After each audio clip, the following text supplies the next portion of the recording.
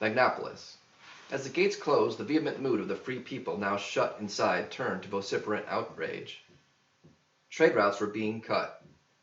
Villagers crowded the public parks. Their fires filled the air with smut. They rabbled, lacking rhetoric.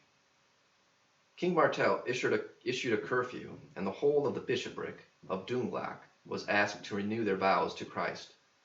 Who was this king threatening to run Martel through? Martel, who in name was a king, but in deed spoke like the founding fathers of the states.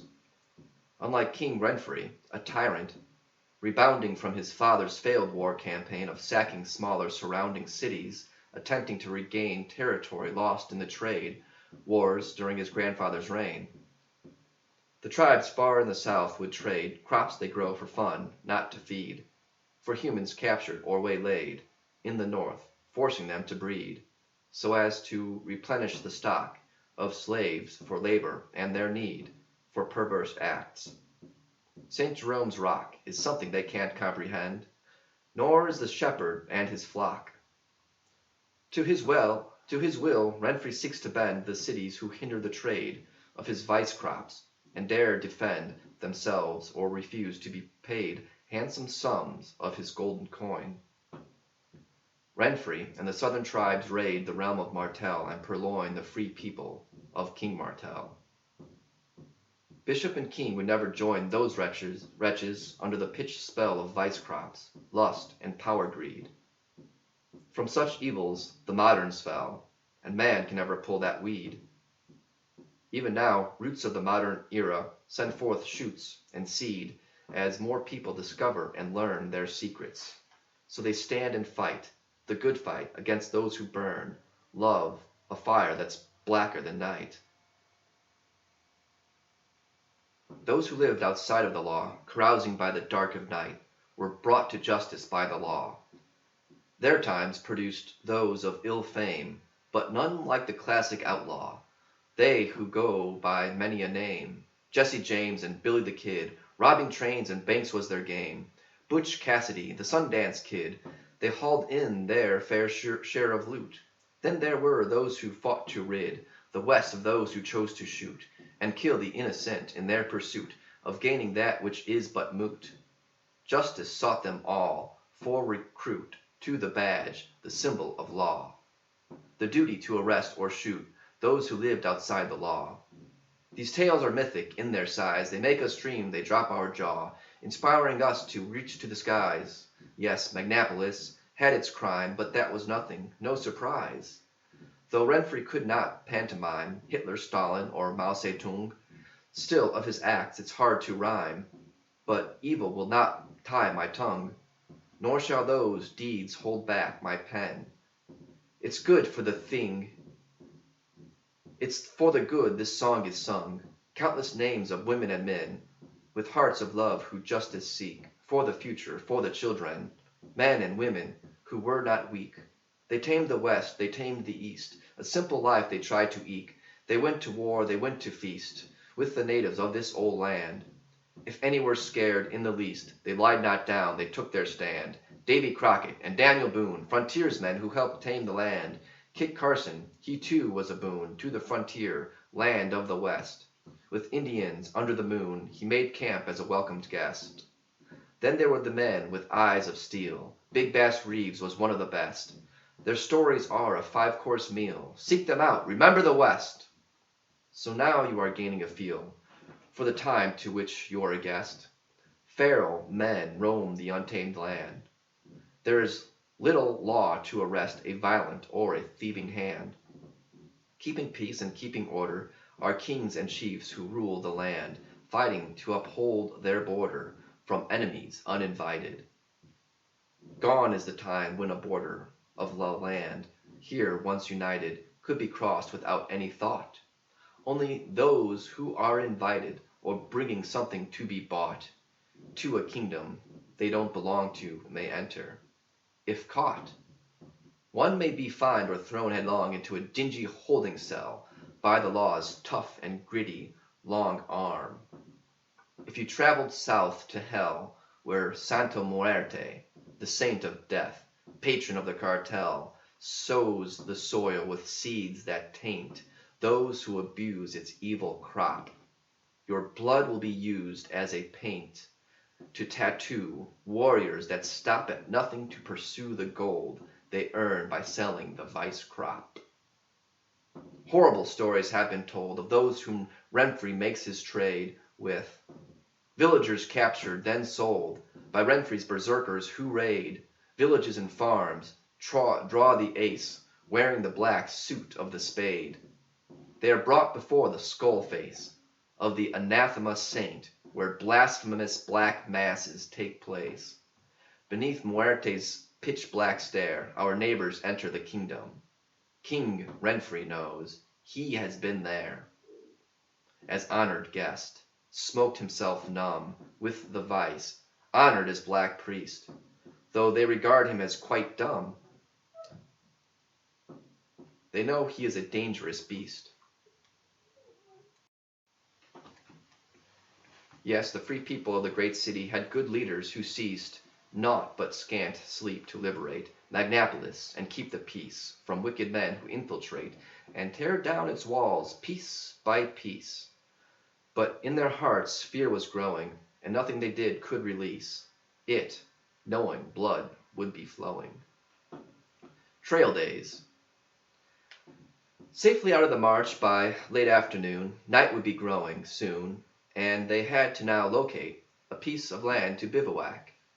They watched the trees defoliate themselves as they stopped for a snack. They had their rest, then spied a copse. It was a good place to unpack and set camp. Through the high treetops, reflecting the colors of fall, the first stars shone like little drops of morning dew. Gear gave the call for dinner. A good deer John caught, using a rope with a weighted ball on either end. The deer was brought down, its hind legs bound, the front pair, kicking and jerking. Gear had taught John how to use the weighted pair of balls on this journey. His arm was good, but this current affair showed he needed work to catch game, with that touch that comes with practice. But there certainly was no shame with his catch. The deer's blood and piss and other things from which I'll spare you were next drained. Their relentless journey escaping the nightmare was near its end. Soon they would reach the great city gate for a rare visit in troubled times. The beech tree from which the deer hung reached well below the high towering reach of the chestnuts, whose giant swell of a trunk could house a full-grown man. Its abundant nuts helped quell a hungry belly's aching groan. Once chestnuts hovered on the brink of extinction, but they were grown by some moderns who chose to think of the future and to preserve vast tracts of land and the blue ink seas, keeping them as a reserve of primal land. But Roosevelt, Pinchot, and Muir knew we deserved a wilderness intact. They dealt with robber barons and small-time thieves and many others who felt to not exploit land was a crime. The legacy they helped create survived beyond the modern's time, to be woven into the fate of centuries beyond their own. After the deer helped satiate them, they found they weren't alone out here in this ancient forest. A small horse bridled to a lone cart proclaiming it held the best citrus rolling on the Nolans Trail. A bright orange mound served to arrest the attention of the group. "Hail there, y'all. Juicy oranges right here. Nip you's a chomp and then say, yeah. You's one." Standing on the cart's stair was a deep-tanned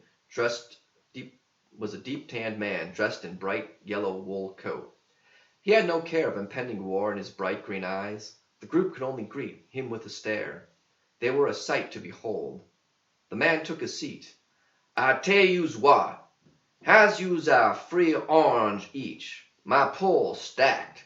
Let's eat this fresh goodness right now, y'all see. Then I fiddle us all a hop." Understanding most of what he said, they gladly ate of his crop, warming up to his southern way. The man rested his chin atop his fiddle and began to play an old southern shuffle with long notes that got the travelers to sway to the yearning notes of the song. Vibrations from the bow and string, helping to move the night along. One of the priests began to sing.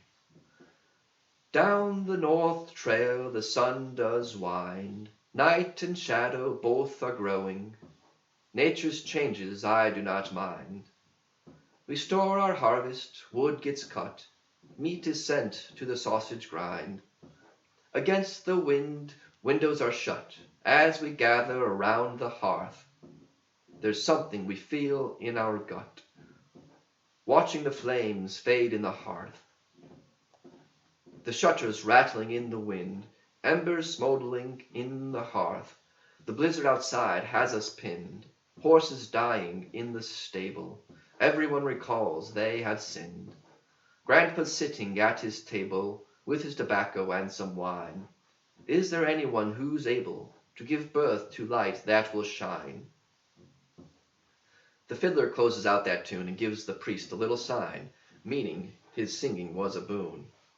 They sit quiet for a moment, then the fiddle begins a tune that chases away the lament in the air. It's fast and complex, a song that tests the instrument. Its hot, fast, steamy rhythm becks those who hear to get up and dance. Chomp you's barbecue if you's Tex, cheese pie if you's from Chi, or chance your tongue on colony chowder. Come down here, our food make you's dance. Chomp you some spicy muffalata. Kick it back with some chicory. Dance with Hank to jambalaya. But no one touch my gumbo, see? We share some crock pups and a brew, but you don't touch my gumbo, see? Take my sherry and dance a few, and let me whip my gumbo spoon. That's how it done on Day Bayou. So get yourself a cypress spoon and fetch yourself some gumbo, see? We'll jig and hop under the moon and drink us all some bourbon, see? We share a jug and pecan pie, but don't you touch my gumbo, see?